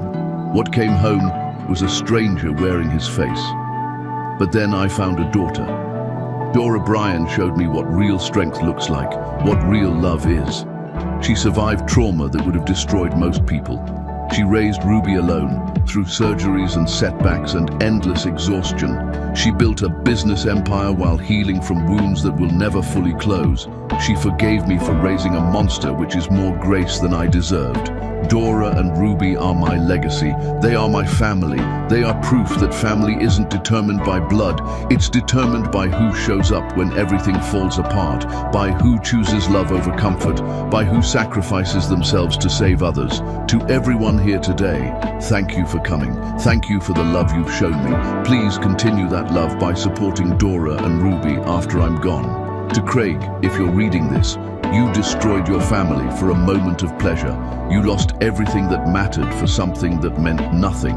My final wish is that you live a very long life, long enough to truly understand the magnitude of what you threw away, long enough to watch Dora and Ruby thrive without you, long enough to know every single day that you are unnecessary and unwanted and forgotten. That is my final gift to you, Craig, the gift of a long life full of regret. The church was completely silent. Craig could hear his own heartbeat hammering in his ears, could feel 200 pairs of eyes turning to look at him in the back, seeking out the monster Helen had described. The pastor folded the letter carefully, cleared his throat uncomfortably. Helen also left specific instructions that Craig Cummins is not to be acknowledged at this service, is not to speak, and is not welcome at the burial or the reception following. These were her explicit final wishes. Craig's legs gave out. He slid down the wall, ended up sitting on the floor in the back of the church. No one helped him up. No one came over to check if he was okay. They just watched, recorded, judged. The service continued around him. People gave tributes about Helen's kindness, her generosity, her fierce loyalty to the people she loved, her charity work, her business acumen, her role as grandmother to Ruby. Dora spoke, walking to the front with careful composure, her black dress simple and elegant. Her voice was steady despite tears on her face. Helen saved my life, not just in the hospital, though she did that too, holding my hand while I almost bled to death, refusing to leave my side. But she saved my life in the months and years after. When I had nothing, she gave me everything. Her home, her business, her wisdom, her unconditional love. When I was broken, she taught me how to be strong. She showed me that family is a choice, not an obligation. That the people who show up when you're dying are your real family. That blood doesn't mean anything if the person doesn't act like family should. Ruby. Dora's voice broke slightly. Ruby will grow up knowing she had a grandmother who loved her fiercely, who chose her, who left her a legacy of strength and resilience. Helen was the best person I've ever known, and I will miss her every day for the rest of my life. Craig wanted to run, to leave, but his body wouldn't obey. He sat on the floor in the back of the church and suffered through the entire service, invisible and acknowledged all at once, present but erased, grieving but unwelcome. At the cemetery, Craig stood far back, hidden behind trees and headstones, watched them lower his mother into the ground, watched Dora hold Ruby's hand as the little girl placed flowers on the casket, white roses, of course, watched his entire family gather around the grave, a unit that didn't include him anymore. He tried to approach after the ceremony ended. William saw him first, intercepted him before he could get within 50 feet of Dora. "Leave," William said simply. "You're not wanted here." "She was my mother. She stopped being your mother the day you abandoned Dora and Ruby. She made her choice. Respect it. Leave." Craig left, drove to his studio apartment, sat on his mattress on the floor and stared at the walls until darkness fell and he couldn't see anymore. The will reading was 3 days later. Craig wasn't invited, but went anyway, showed up at Bernard Chen's office building and sat in the waiting room until they couldn't ignore him anymore. Bernard came out personally. "Mr. Cummins, you're not listed as a beneficiary. There's no reason for you to be here." "That's my mother's will. I have a right to hear it." "You have no rights here whatsoever, but fine. If you insist on making this painful for everyone, come in. Let's make this official." The conference room was crowded. Dora, William, Nora, various cousins and business associates and charity representatives. Craig sat in the corner, like a punishment, like evidence of failure. Bernard read through the document with brisk efficiency. The properties, all 32 of them, to Dora. The investment accounts, $4.8 million, to Dora and Ruby. The personal items to be distributed among friends and charities. Helen's jewelry to Dora, the lake house to Dora, everything to Dora. Craig's name appeared exactly once. "To my biological son, Craig Cummins, I leave nothing. He is explicitly and intentionally excluded from any and all benefits of this estate." Bernard looked up from the document. "There's an attached letter that Helen requested be read aloud in Mr. Cummins' presence, if he chose to attend." Bernard opened another envelope. "Craig, I'm writing this while I'm healthy and sound of mind. I want there to be no question about my intentions, no ambiguity, no room for legal challenge. You will contest this will. You will claim I wasn't in my right mind. You will try to argue that you deserve something. You will lose. I've included letters from 3 separate doctors confirming my mental competency. I've included testimonies from witnesses confirming these are my true wishes. I've included copies of the flight records and medical reports from the day you abandoned Dora and Ruby. I've included Instagram posts you made from Monaco while your wife bled to death. I've made this will absolutely, completely, legally unbreakable. You made your choice on that plane. I've made mine here. You are not my son. You are a biological accident who happened to be born from my body, but you're not the child I raised. That child died when you chose paradise over family. Strangers don't inherit what they didn't earn. Goodbye, Craig. I hope you live a very, very long life. I hope you live to see Ruby grow up beautiful and strong without you. I hope you live to see Dora build an empire that dwarfs anything you ever imagined. I hope you live long enough to fully comprehend what you destroyed. That's my final wish for you.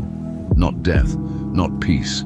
Just a long life full of watching everything you lost continue on beautifully without you. Helen. The conference room was absolutely silent. Dora was crying quietly. Nora handed her tissues. No one looked at Craig. Bernard folded the letter. Mr. Cummins, I strongly advise you not to contest this will. It's unbreakable. You'll spend whatever money you have left on legal fees just to lose. Let it go. Craig stood up on shaking legs, walked out of the conference room, down the hallway, out into the street where it was snowing lightly. He walked for hours, not knowing where he was going, not caring, just walking until his feet went numb and his face burned from cold. His mother was gone. His inheritance was gone. His family was gone. Everything was gone. Hook. That night, back in his studio apartment surrounded by eviction notices and past due bills and his mother's obituary clipped from the newspaper, Craig received one more letter, forwarded from his old address, postmarked the day before Helen died. Inside was a single photo, Helen and Ruby, taken a month before Helen's stroke. Helen was holding Ruby, both of them smiling at the camera, both wearing matching necklaces. On the back, in Helen's handwriting, my real granddaughter and her real grandmother. The family you lost, the love you destroyed. I'm leaving this world knowing they'll be taken care of. You'll leave it alone and forgotten. That's justice. Craig stared at the photo until his eyes burned, understanding that even from beyond the grave, his mother was still destroying him, still reminding him exactly what he'd thrown away. And there was nothing he could do to change it. Chapter 8. The third failed reunion. Craig thought showing up sober, employed and repentant at Ruby's 4th birthday party would prove he'd changed. But Dora had spent years building walls alone, and she was about to show him they were made of steel. Craig had been sober for 6 months. 6 long months of AA meetings in church basements that smelled like bad coffee and regret. 6 months of therapy sessions with Dr. Patel, who looked at him with professional compassion that somehow felt worse than contempt. 6 months of working construction because it was the only job that would hire him with his reputation destroyed and his resume full of gaps. His body had changed from the work. Leaner, harder. His hands were calloused now, scarred from accidents with tools and materials. He'd stopped looking in mirrors because he didn't recognize the man looking back, older, worn, beaten down by consequence and time. But he was trying. He was sober. He was showing up for work. He was doing everything the therapist said. He was becoming someone who might deserve a second chance, someone who might earn a single conversation with his daughter. He heard about Ruby's birthday party through a former business associate who still had vague connections to Dora's social circle. The lake house, Saturday afternoon, 30 kids invited. Craig wasn't one of them, but he went anyway. Because 6 months sober meant he'd learned that the only way through pain was directly into it. That avoiding reality didn't make it disappear. He bought an expensive dollhouse, put it on a credit card that was already maxed out, that he had no idea how he'd pay off. The kind of dollhouse he would have bought for Ruby if he'd been there for her first birthday, her second, her third. If he'd been a father instead of a ghost. He wrapped it carefully, wrote a card in his neatest handwriting. To Ruby, on your special day, I'm sorry I haven't been there. I love you. I know I don't deserve to, but I do. Dad. The word dad felt like a lie, but he wrote it anyway. The lake house looked different, transformed. Dora had renovated everything. New paint that was brighter than the somber colors Helen had chosen. New landscaping that was more playful and open. The dock rebuilt with safety rails for children. She'd made it hers, made it Ruby's. Erased the Craig who'd grown up here, who'd proposed to Dora on that dock, who'd believed this would always be his. The backyard was full of balloons and streamers and children's laughter, princess-themed decorations everywhere. A bounce house that hadn't been there when this was Helen's house. Tables full of food and cake and presents. Parents sitting in groups, talking and laughing. Normal people living normal lives. Craig parked on the street carrying the wrapped dollhouse, his hands shaking despite 6 months of sobriety. He could do this. He was calm. He was sober. He just needed Dora to see that he'd changed, that he was trying. He walked around to the backyard gate, opened it. Nobody noticed him at first. Too much chaos, too many kids running around, too much noise and activity. Then he saw Ruby. She was bigger now, beautiful. Dark curls down to her shoulders. Wearing a princess dress that sparkled in the sunlight, surrounded by friends, laughing at something one of them said. So happy, so alive, so completely unaware of the man standing at the edge of her party, the man whose DNA she carried, but who meant nothing to her. Craig took one step forward. Dora saw him instantly.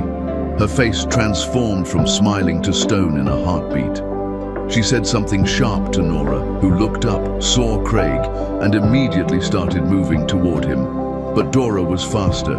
She crossed the yard in seconds, grabbed Craig's arm, her grip surprisingly strong, her fingers digging into his bicep, and dragged him toward the side of the house, away from the party, away from Ruby, away from the life he wasn't part of. "How dare you?" Dora's voice was low and furious and controlled. "How dare you come here? To my home? To my daughter's birthday party?" "Dora, please, I just wanted to give Ruby her present. I've been sober for 6 months. I'm in therapy. I'm working steady. I'm trying to—" "You're trying." Dora's laugh was cruel, sharp as broken glass. "You're trying for 6 months and you want credit. I've been raising your daughter alone for 4 years. I've been trying every single day since you abandoned us. Where's my credit? Where's my applause? I know I made mistakes." "Mistakes?" Dora stepped closer, and Craig instinctively stepped back. This woman wasn't the one he'd married. This woman was forged in fire he'd lit and quenched in his absence. Mistakes are forgetting birthdays. Mistakes are being late to pick someone up. You chose paradise while I bled to death. You've stalked us for years. You crashed Helen's party and terrified Ruby. You violated restraining orders. And now you show up at my home, with a toy, thinking it erases 4 years of absence. Craig held out the wrapped dollhouse. "Please, just let me give this to her. Let me wish her happy birthday. 5 minutes. That's all I'm asking." Dora looked at the present, then at Craig. Then she walked to a nearby trash can and dropped the dollhouse in. The expensive, carefully wrapped present hit the bottom with a hollow thunk. "She has everything she needs. I'm her father." "You're a sperm donor." Dora's voice was flat, final. Fathers are there for first steps, for nightmares, for doctor appointments and scraped knees, and all the tiny moments that make a childhood. You know who was there for Ruby's first steps? Me. Just me. You know who held her through nightmares after her surgeries? Me, who took her to every therapy session, every specialist appointment, every emergency room visit. Me, alone. Always alone. Because you weren't there. Because you chose not to be. I want to be there now. It's too late. Dora's eyes were completely dry. No tears. Just exhaustion that went bone deep. You know what the worst part is, Craig? I don't even hate you anymore. I did, for a long time. But now, I just feel nothing. You're irrelevant. You're a problem I solved by cutting you out. And Ruby? She doesn't ask about you. She doesn't wonder where Daddy is. She has a mother who's enough. I'm enough for her. The words were like punches. Each one landing perfectly, destroying him methodically. Craig could hear the party continuing in the backyard, could hear Ruby's laughter. She sounded so happy. "Dora, please, I'll do anything. I'll wait as long as it takes. Years if I have to. I'll prove myself. Just give me a chance." "I gave you a chance." Dora's voice went quiet in that way that was somehow worse than yelling. "I gave you a chance when I was dying and you could have turned that plane around. You gave me your answer then. Now I'm giving you mine. No." She started to walk away, back to the party, back to Ruby, back to the life she'd built without him. "You can't keep her from me forever." Craig's voice cracked. desperation bleeding through. Eventually she'll ask about me. Eventually she'll want to know. Dora stopped, turned back. You're right. One day she will ask. And you know what I'll tell her? The truth. That her father had a choice, her life or a beach. And he chose the beach. That I raised her alone because he wasn't strong enough to show up. That she's amazing despite him, not because of him. And then I'll let her decide if she wants to meet the man who abandoned her when her heart was failing. But until she's old enough to make that choice, you stay away. You take your sobriety and your therapy and your guilt, and you stay the hell away from us. Dora, if you come near us again, I'll have you arrested. If you send presents, I'll throw them away. If you write letters, I'll burn them. You don't exist in our world anymore. Accept it. Move on. Build a different life. Because this one, the one with me and Ruby, that ended when you told the pilot to keep flying. She walked away, back through the gate. Craig heard her voice shift immediately from cold fury to warm affection. Ruby! Come here, birthday girl! Time for cake! Ruby's delighted squeal carried over the fence. Mama, can I have the princess cake? Of course you can, baby. It's your special day. Craig stood there until a neighbor came out and asked if he needed help, the tone making it clear the help being offered was help leaving. Then Craig got in his car and drove away, watching the lake house disappear in his rearview mirror. The house he'd grown up in, now full of laughter and joy that had nothing to do with him. Hook. That night, Craig received a certified letter from Dora's attorney. Another letter, another official document, another nail in the coffin. Final notice regarding parental rights termination. The court hearing completed last month with your failure to appear. Ruby Bryan's biological father is now legally recognized as unknown. All parental rights have been permanently terminated. All biological connections have been legally severed. Ms. Bryan and Ruby Bryan request no further contact from Craig Cummins. Any future contact will be prosecuted as harassment and stalking to the fullest extent of the law. You have 30 days to appeal. After that, this decision is permanent and irreversible. Craig stared at the legal language that translated to, you no longer exist as her father. Not emotionally, not legally, not in any way that matters. He'd been erased completely, and he'd never even fought it, because deep down, he knew he deserved it. Chapter 9. The Breaking. 4 years after Craig chose paradise, he stood outside Ruby's kindergarten in the rain, watching through the fence as his daughter played with other children. And when she looked directly at him and then away without recognition, he finally understood that being forgotten is worse than being hated. Craig's life had contracted to almost nothing. Work, sleep, therapy he could barely afford.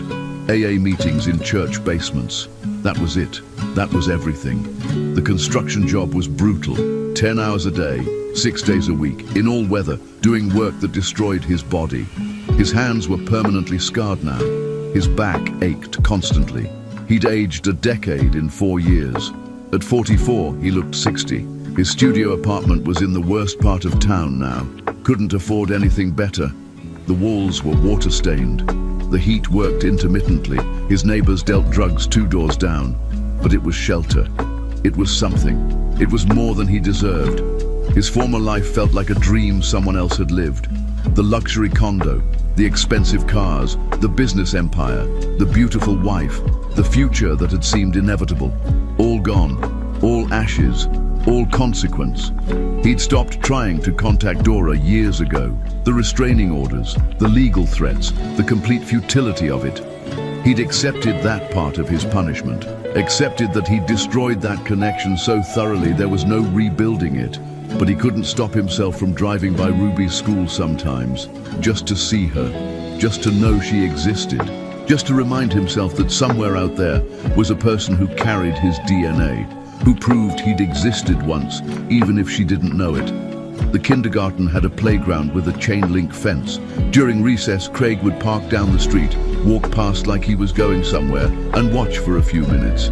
Never long, never obviously, just glimpses, stolen moments of seeing the daughter who'd been legally erased from his life. One Tuesday afternoon, it was raining lightly. Most parents would have kept their kids home. But Dora wasn't most parents. Dora believed in consistency and routine and not letting weather dictate life. So Ruby was at school. Craig stood under a tree across the street, hood up, watching through the fence. Ruby was on the swings with other children, her yellow raincoat bright against the grey sky. Almost 6 years old now, tall for her age, confident, laughing, so alive, so healthy. The heart that had almost failed was beating strong now. The body that had been covered in tubes and wires was running and jumping and living. She was perfect, and she was someone else's daughter now. Dora's daughter. Only Dora's daughter. Ruby jumped off the swing, ran after a ball that had rolled near the fence, ran close enough that Craig could see her face clearly for the first time in months. She'd lost her front tooth, had a scrape on her knee that was healing. Her hair was pulled back in a ponytail, with a clip shaped like a butterfly. She bent to pick up the ball, and as she straightened, her eyes met Craig's. He froze, couldn't breathe, couldn't move. Ruby stared at him, not with fear, not with recognition, just confusion, the way you'd look at any stranger standing in the rain watching a playground. Craig raised his hand slightly, waved. Ruby tilted her head, studying him. Then a teacher called her name. "Ruby, come back, not too close to the fence." And she turned away, running back to her friends, the ball tucked under her arm. She didn't look back, didn't wonder who he was, didn't care. He was nothing to her, less than nothing. Background noise, a random person in a world full of random people. Craig stood there for 10 more minutes after the children went inside, rain soaking through his jacket, staring at the empty playground. She'd looked directly at him and felt nothing, known nothing, remembered nothing. He was forgotten, completely forgotten. That night his AA sponsor called. Craig had missed the meeting. Again. "You okay?" the sponsor asked. His name was Tom, former alcoholic, 10 years sober, knew all the excuses. "No." "You drinking?" "No, just no." "Talk to me, Craig." Craig told him about the fence, about Ruby, about how she'd looked at him like he was nothing. Tom listened without interrupting. When Craig finished, Tom was quiet for a long time. Then, "Maybe it's time to accept that some things can't be fixed, some mistakes are permanent. Some losses are forever. She's my daughter. Biologically, yeah. But parents are the people who show up, man. You know that. The courts know that. Your daughter knows that, even if she doesn't have words for it yet. Maybe the healthiest thing you can do, for her and for you, is let her go. Stop torturing yourself watching through fences. Stop hoping for something that's never going to happen. Accept what is and try to build some kind of life with what you have left." "What if I don't have anything left?" "Then you build from nothing. People do it every day. But you can't build while you're still standing outside playgrounds in the rain, watching a life you're not part of anymore." Craig couldn't respond. Tom stayed on the line, just breathing, just being there. Finally, Tom said, "Come to the meeting tomorrow. Please, don't stay alone with this." Craig went, sat in the circle, listened to other people's stories of loss and regret and survival. Didn't share, just listened. After the meeting, he went home to his studio apartment, sat on the edge of his mattress, pulled up his phone. He'd followed Dora's life through business news and social media for years, watching from distance like watching through that fence, never commenting, never interacting, just observing. He searched her name, found article after article. Real estate mogul Dora Bryan expands empire. Single mother CEO named Businesswoman of the Year. The woman who built an empire from tragedy. Forbes had done a profile last month. He read it on his cracked phone screen, the words blurring. Dora Bryan doesn't talk about her ex-husband. When asked about being a single mother, she simply says, "Ruby and I are a team. We're enough together." That self-sufficiency has defined Bryan's approach to both motherhood and business. She operates without partners, without co-CEOs, without splitting control. "I learned that relying on other people is dangerous," Bryan tells Forbes. I'm enough on my own. My daughter and I are enough together. We don't need anyone else. The article included photos. Dora in board meetings, looking powerful and severe. Dora at charity events, looking elegant and controlled. Dora with Ruby at a mother-daughter luncheon. Both smiling, both happy, both complete without him. There was no man in any photo. Dora had done it all alone, raised Ruby alone, built her empire alone, proved that Craig had been unnecessary, that his presence would have been a burden, that his absence was freedom. Every article was proof that he'd been right to stay away, that they were better off without him, that some mistakes were so catastrophic they couldn't be survived, couldn't be redeemed, couldn't be anything but permanent. Craig wrote one final letter that night, not to send. He had a drawer full of unsent letters to Ruby, hundreds of them over the years, pages and pages of apologies and explanations and love that would never reach her. Ruby, you're almost 6 now. You don't know me. You don't remember me. That's my fault. That's what I deserve. One day you might ask about your father. This letter is for that day. I want you to know I'm sorry. I've been sorry every single day since the day you were born. But sorry doesn't fix anything. Sorry doesn't make me a parent. Sorry is just a word that means nothing without action. And I've had no actions that matter. Your mother is extraordinary. You're lucky to have her. She saved you. She saved herself. She built an amazing life for you without me. You're alive because of her. You're happy because of her. You're everything good because of her. I loved you, even though I had no right to. I'll always love you, even though you'll never know, even though you shouldn't care. I hope you have the most beautiful life. I hope you never think about me. I hope the day you asked about your father, your mother's answer was enough. Because she's been enough for you all along. Craig. He folded the letter and put it in the drawer with all the others. Hundreds of unsent apologies. A monument to futility. 2 weeks later, a manila envelope arrived at Craig's apartment. No return address, hand-delivered. Inside was a photograph. Dora and Ruby at Ruby's kindergarten graduation ceremony, both wearing caps and gowns. Ruby holding a certificate, both smiling brighter than sunlight. On the back, in Dora's handwriting, she's 6 now, healthy, thriving, top of her class. She doesn't ask about you, hasn't asked about you in years. Thought you should know what you're missing. Also thought you should know that I've seen you watching her school. I've known for months. I let it continue because I thought you'd eventually stop on your own. You haven't, so I'm telling you now, stop, move on with your life. This is the last communication you'll ever receive from us. The last photo, the last acknowledgement. After this, you're truly gone. That's mercy. Accept it.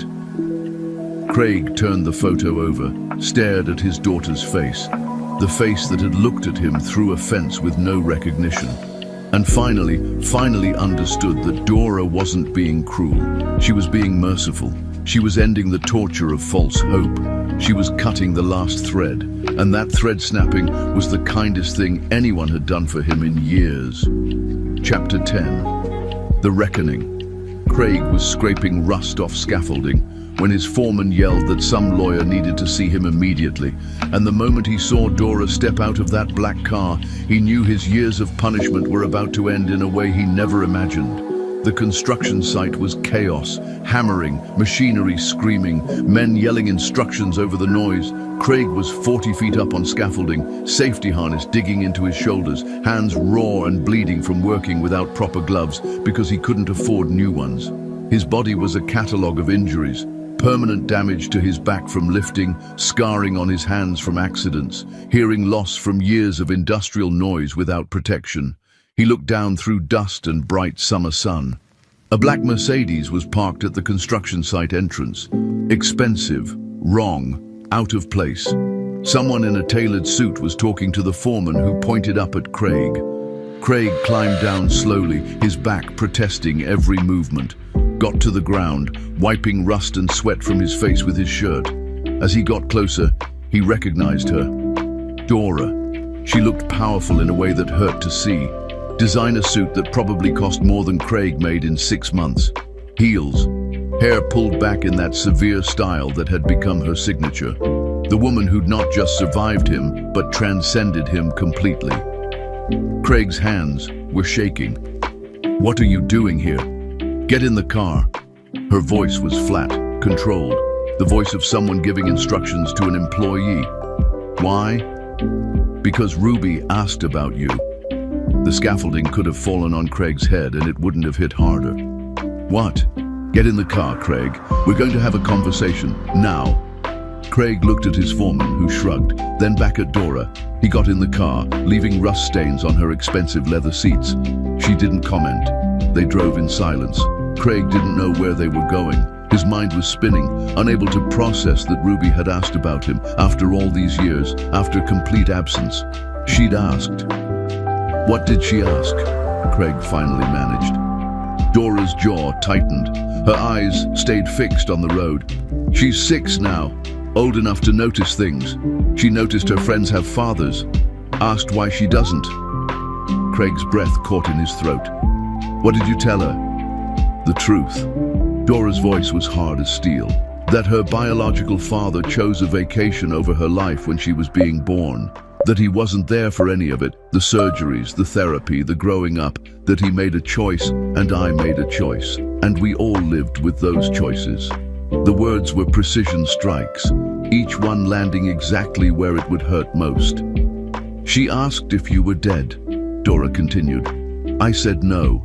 I said you were alive somewhere and chose not to be here, which is worse than dead, honestly. Dead means you had no choice. Alive means you had every choice and chose wrong. That's not... I tried... Dora pulled the car over abruptly, jerking to a stop on a quiet street.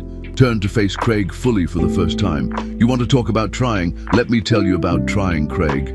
Her voice was still controlled, but something dangerous was building underneath. Something held back by pure force of will. For 6 years, I've done this completely alone. Every nightmare Ruby had after surgery, I was there. Alone. Every milestone, every sickness, every moment of joy or terror, just me. Do you have any idea what it's like to run a company during the day and come home to a child who needs you for everything at night? To have no life outside work and parenting? To be so exhausted you can't remember if you ate that day? To fall asleep at stoplights because you haven't slept more than 4 hours in weeks? Craig couldn't speak. I built an empire, Dora said. Not a company, an empire. From rage at you, from desperation to provide for Ruby, from knowing that if I failed, she had nobody else.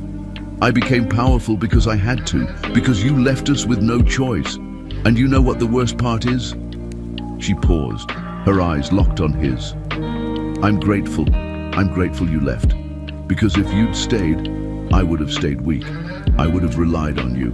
I would have never become this. Your leaving forced me to become someone who didn't need anyone. So thank you, Craig. Thank you for abandoning us. Thank you for choosing that beach. Thank you for making me unstoppable. Dora, I'm sorry. Ruby wants to meet you, she interrupted. Once. I'm allowing it. Not because you deserve it. Because she deserves to know the truth firsthand, instead of just hearing it from me. Craig's heart stopped, started again. Really? When? Can I? But here are my rules. Dora's voice went hard, final. You get 1 hour, supervised, in my home. You tell her exactly why you weren't there. You don't lie, you don't soften it. You tell her you chose a vacation over her life, and then you disappear. No visits after, no letters, no contact. You give her closure, answer her questions, and then you leave us alone forever. That's the deal. The hope that had flared died instantly. 1 hour? And then never again? That's more than you gave us when Ruby was dying. Dora started the car again. Take it or leave it. I'll drive you back to your construction site either way. They drove to Dora's house, a beautiful home Craig had never seen, in a neighborhood that represented everything he'd lost. She led him inside without speaking. The house was filled with photos of Ruby growing up. Birthday parties, school events, mother-daughter moments. A life documented in frames. A life Craig wasn't in. Ruby was in the living room with Nora. She looked up when they entered. 6 years old, beautiful. With Dora's eyes and Craig's nose, and a combination of genetics that created something entirely her own. "Ruby," Dora said gently, sitting beside her daughter on the couch, "this is Craig. He's your biological father." Ruby studied Craig with the brutal honesty of children. "You're my father." Craig nodded, kneeling down so he was at her eye level, tears already streaming down his face. "Yes." "Why weren't you there?" Ruby's voice was high and young, but the question was devastating. "When I was a baby, when I was sick, Mama said you weren't there. Why?"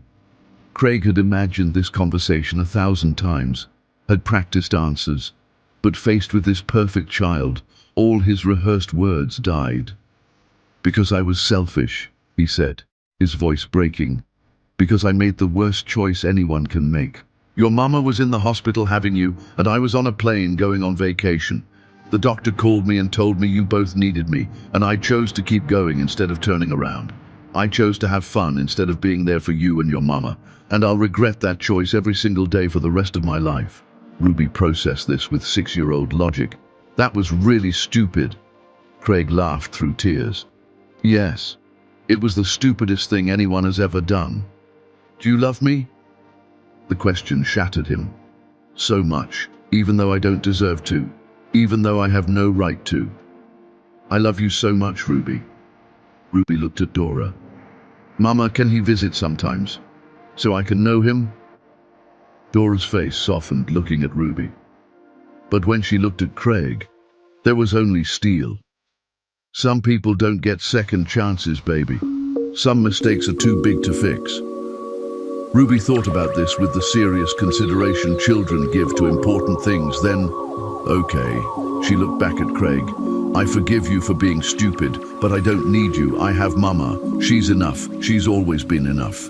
Those words, "she's enough," destroyed Craig utterly and completely. Ruby slid off the couch, walked to Dora, climbed into her mother's lap. Didn't hug Craig, didn't even look at him again, just settled against Dora like that was home, because it was. Dora held Ruby tight, looked at Craig over their daughter's head. "You should go now."